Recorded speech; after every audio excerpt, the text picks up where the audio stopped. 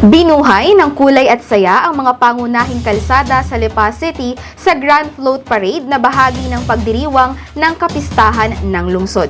Hitik sa iba't ibang disenyo ang mga nasa 30 karosa.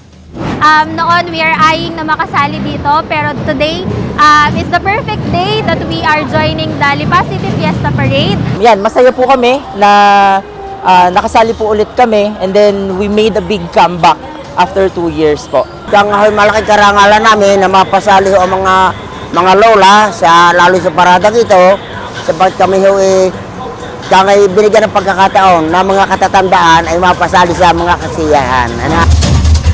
Dagdag sa saya ng selebrasyon ang all-out performance ng mga street dancers suot ang naggagandahang costumes. We will enjoy this parade. Sulit ang paghihintay ng ilang residente, mapanood lang ang Grand Parade.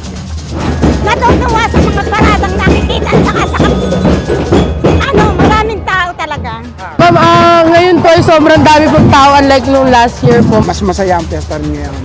Pagpupugay raw ang selebrasyon sa kanilang patron, San Sebastian.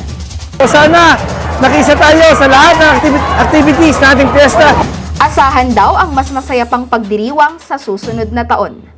Verna Malaluan, CNA Digital Media and Public Affairs.